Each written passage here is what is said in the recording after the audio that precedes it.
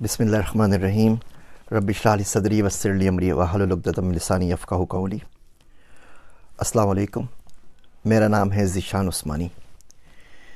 ये वीडियो बड़ी दुखी और तल्ख़ है आज की, और मुझे पूरी उम्मीद है कि इस वीडियो को डिलीट कर दिया जाएगा।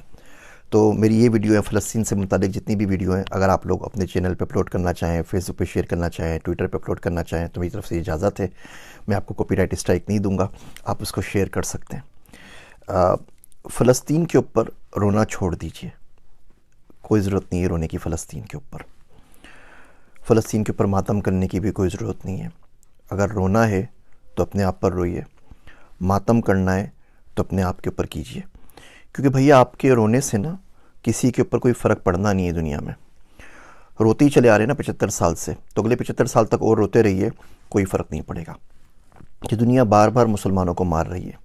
पहले 100-150 साल में मारती थी, अब हर 20-25 साल में मारना शुरू कर दिया। अब तो हर 5 साल में कहीं ना कहीं मुसलमान पिट रहा है, और हम सिवाय रोने के और सिवाय बद्दुआएं देने के और सिवाय दुआएं मांगने के और कुछ नहीं कर पा रहे, और कुछ नहीं करते, और कुछ नहीं कर सकते। बोस्निया की वार हुई, हज़ारों लाखों लोग उजड़ गए, मारे गए 1992 के अंदर। फिर 2017 के अंदर बर्मा ने रोहिंग्या के अंदर लोगों को मार दिया, 24,000 लोगों को कत्ल कर दिया। मेरे घर में यहाँ पे जो हैंडी मैन है अमेरिका के अंदर, उसके बाप को उसके सामने ज़िबा कर दिया था। वो 10 साल का बच्चा था, और उसको बाद में पनाह भी थी तो अमेरिका ने दी, जिसको हम सुबह शाम गालियाँ देते रहते हैं। हमारे मुल्कों ने, किसी ने उस गरीब को पनाह भी नहीं दी। और अब ये मसला चला हुआ है फ़लस्तीन का। अरब सब कुछ याद रखता है, तारीख़ सब कुछ याद रखती है, हम लोगों ने पढ़ना छोड़ दिया। तारीख़ याद ज़रूर रखिएगी कि 55 से ज़ायद इस्लामी मुल्क, 1.6 बिलियन से ज़्यादा मुसलमान, 22 से ज़्यादा अरब स्टेट्स, और गज़ा के अंदर पानी की एक बोतल नहीं पहुंचा सके। जब तक बड़े साहब परमिशन ना दें तब तक इजिप्ट अपनी बॉर्डर भी नहीं खोलता एड्स के लिए। बंदे वहाँ से निकल रहे थे, मारे जा रहे थे, उन्होंने अपनी बॉर्डर्स बंद कर दी कि जी हमारे पास नहीं आए, वहीं जाके मरें, जो कुछ करना है, यहाँ पे आने की ज़रूरत नहीं है। सिवाय बातों के, सिवाय लफ्फ़ाज़ी के हमें क्या मिला? लीबिया से क्या मिला? जॉर्डन से क्या मिला? कतर से क्या मिला? सऊदी अरब से क्या मिला? किसी से कुछ नहीं मिला। बोलने की हिम्मत नहीं है हम लोगों के अंदर। आप CNN के ऊपर चले जाइए, जितने इनके एक्स आर्मी चीफ हैं, जितने इनके डिफेंस एनालिस्ट हैं, सबके सब अपनी कहानियाँ गढ़ रहे हैं कि वार यूँ करनी चाहिए, ग्राउंड इन्वेजन ऐसे करना चाहिए, यूँ करेंगे तो इसराइल को नुकसान हो जाएगा, यूँ करेंगे तो फ़ायदा हो जाएगा। सबके सब आके अपने तबसरे कर रहे हैं। पाकिस्तान में आप बताइए ना, किसका आपने बयान सुना है? कोई एक्स चीफ हो जिनका आपने बयान सुना हो, कोई एक्स प्राइम मिनिस्टर हो जिनका बयान सुना हो, कोई एक्स प्रेसिडेंट हो जिनका बयान सुना हो, कोई डिफेंस एनालिस्ट हो जिनका बयान सुना हो? ये सारे के सारे कहाँ चले गए? इस्लामिक फ़ोर्स बनाई थी ना पूरी की पूरी, जिसको हम लोग चेयर कर रहे थे, वो किधर गए इस्लामिक फ़ोर्स? उनका कोई बयान सुना है आपने आज तक? सिवाय छोटी सी लफ्ज़ी के, 1-2 घिसे पिटे बयानात के, हम कुछ नहीं कर पाते, और सामने वाले झूठ पे झूठ बांधे चले जा रहे हैं। मैं आपको कुछ स्टेट से, तो हम लोग डेटा साइंटिस्ट हैं, हमारा काम ही डेटा का काम होता है। पाकिस्तान में तो वो भी नहीं कर सके, बाहर आके कम से कम वो काम करने की इजाज़त है। 23 सालों के अंदर, 2001 से अगर शुरू करते हैं तो 23 सालों के अंदर हमास ने इसराइल के ऊपर कोई 27-28 हज़ार रॉकेट फेंके। अच्छा, जो रॉकेट होते हैं ना, वो मिलिट्री ग्रेड रॉकेट नहीं होते, वो जो यूरिया से घरों में बनाए जाते हैं ना, छोटा सा एम्यूनिशन की, किसी के सर के ऊपर जा लगे तो बंदा मरे, अदरवाइज वो ज़ख्मी होगा बेचारा, वो वाले रॉकेट। और मोटर शेल्स 5-6 हज़ार वो फेंके।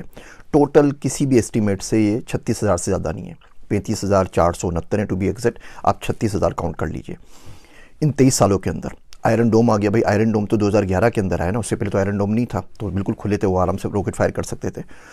इन 23 सालों में इन 36,000 रॉकेट्स ने 69 बंदों को मारा, 69 बंदों की डेथ हुई। अच्छा, उन 69 बंदों में तो हर इसराइली हर काउंट करते हैं, और आप देख लीजिए ऑनलाइन तमाम लिखा हुआ है। 2 गायें मर गई वो भी लिखा हुआ है, 2 बकरियां मर गई वो भी लिखा हुआ है, 2 बच्चे हलाक हुए वो भी लिखा हुआ है। इसमें भी 4 फ़लस्तीनी थे अपने, वो पता नहीं उस बॉर्डर के उस साइड पे क्या करें, 4 फ़लस्तीनी 69 में शामिल हैं, वो हलाक हुए तो बचे 65।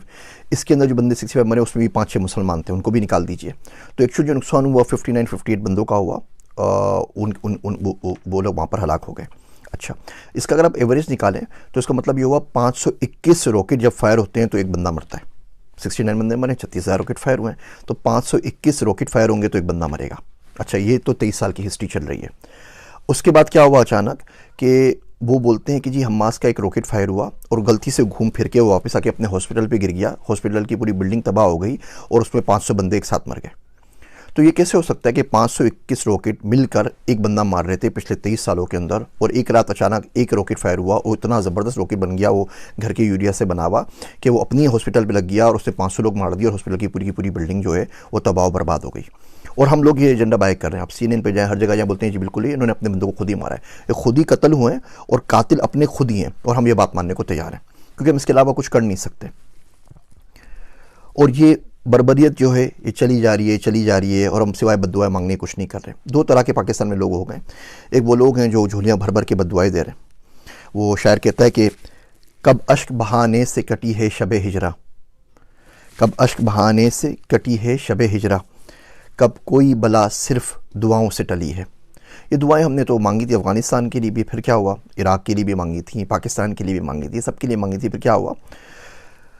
मेरा दोस्त अब्दुल्ला कहता है कि अगर आज खुदा ना खास्ता भारत के साथ जंग हो गई ना, तो फरिश्ते उनके साथ खड़े होंगे, हमारे साथ नहीं, क्योंकि हमारे आमाल ऐसे नहीं है, हमें मुनाफ़कत इतनी ज़्यादा बस गई है। तो एक लोग वो जो हैं जो दुआएं और बदुआएं मांग रहे हैं और उनसे कुछ नहीं होगा। एक वो लोग हैं जो झूठी आस दे रहे हैं सिर्फ और सिर्फ अपने व्यूज़ के लिए। इराक़ में भी हुआ था, इराक़ तबाह कर देगा अमेरिका को, आप देखिए कैसे काया पलट होगी। ऐसे ही कोई ना कोई उल्लू का पट्ठा रोज़ आके वीडियो रिलीज़ कर रहा होता है और बोल रहा होता है कि हमास ये बिगाड़ देगा, हमास वो बिगाड़ देगा। 256 F-16 है उनके पास, इसराइल के पास 256। हमारे पास जो F-16 है वो एल बैंड के ऊपर नहीं चलते। वो एल बैंड पे अगर उसको जाना पड़ेगा आपको ऑफेंसिव मोड के अंदर, तो उसकी परमिशन भी आपको अमेरिका से लेनी पड़ेगी, वरना आप उड़ा के उससे डिफेंस कर सकते हैं आराम से। जो हमने खुद बनाया मुशाक वगैरह तो चल सकते हैं, F-16 नहीं चल सकते, परमिशन ऊपर से आती है।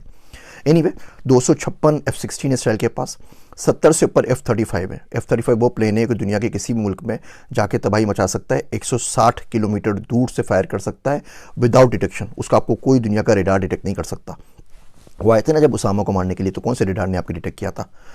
तो ये असल सूरत हाल है। वो बिल्कुल नेस्तो नाबूद करके चले जाएगा, दुनिया उसके साथ खड़ी हुई है और आप सिवाय अपनी लाशें दफनाने के कुछ नहीं कर सकते। और ये बद्दुआओं से काम नहीं चलता। अब करें तो करें क्या, ठीक है। देखिए पहली बात तो उस मुल्क में रहना क्यों है जो इतने कमज़ोर हैं। उस मुल्क में करना क्या है कि हम लोग 1.5 बिलियन 1.6 बिलियन मुसलमान मिलके एक पानी की बोतल गज़ा में नहीं पहुंचा सकें। मरते हुए बच्चों के पास उस मुल्क में रहना क्यों है। कुरान शरीफ में आता है ना, सूरह निसा में आप देखिए, फ़ीमा कुंतुम के तुम किस हाल में रहो, क्या करते रहो। तो लोग बोलेंगे अना मुस्तफ़ीना फ़िल अर्द, हम तो ज़मीन में बहुत कमज़ोर बना दिए गए थे। तो फरिश्ते मारेंगे, बोलेंगे अल्लाह की ज़मीन वसी नहीं थी, कहीं और निकल जाते।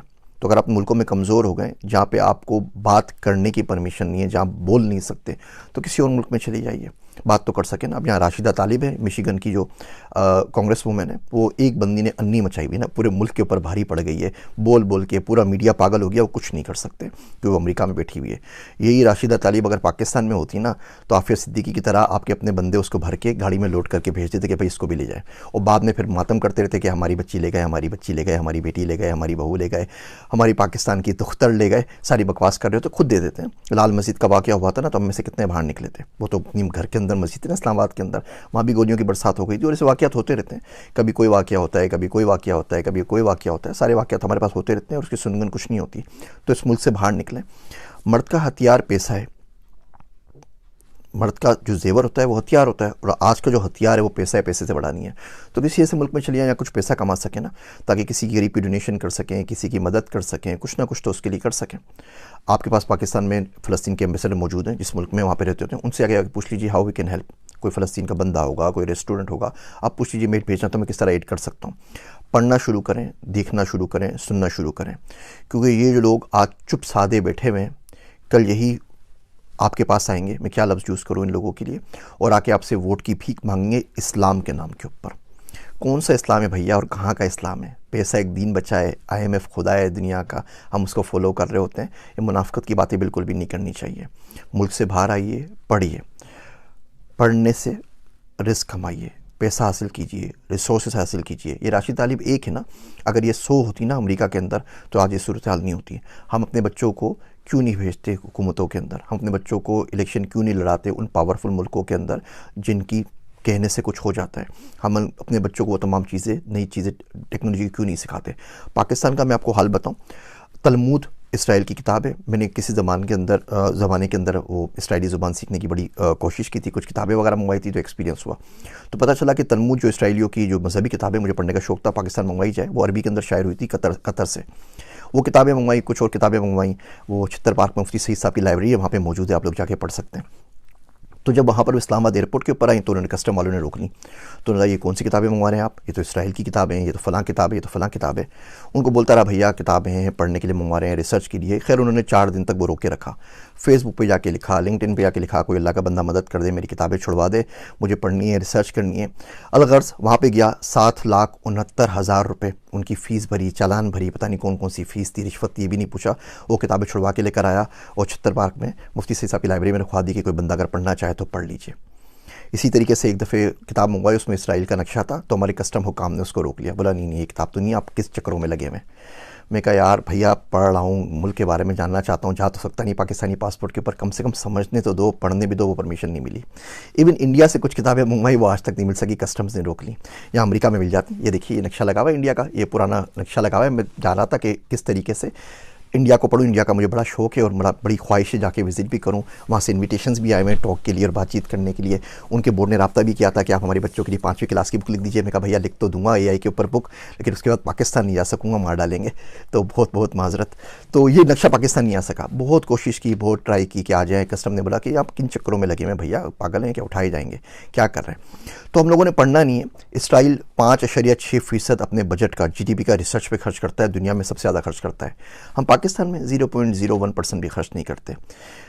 कोई कदर हमारी है नहीं वहाँ पर। तो जिस मुल्क में आप रिसर्च नहीं कर सकें, जिस मुल्क में आप बोल नहीं सकें, कुछ कर नहीं सकें, उसमें करना क्या है। इन वीडियोस के बाद फेसबुक भाई साहब ने मेरे बैन कर दिया है, पेज डिलीशन के लिए मार्क कर दिया है। वो कह रहे हैं 30 दिन में डिलीट कर देंगे, आपने हमारी पॉलिसी को वायलेट किया है। उन्होंने 8 अकाउंट भी बंद कर दिया है, तो उसकी वजह से हमारा गुफ्तगू भी सफ़र कर रहा है। अब बाकी चीज़ें भी जो 8 थे वो भी सफ़र कर रहे हैं। लिंक्डइन ने भी वार्निंग दे दी है। यूट्यूब भी पता नहीं कितने दिन बर्दाश्त करता है, उसके बाद ये भी बंद कर देगा।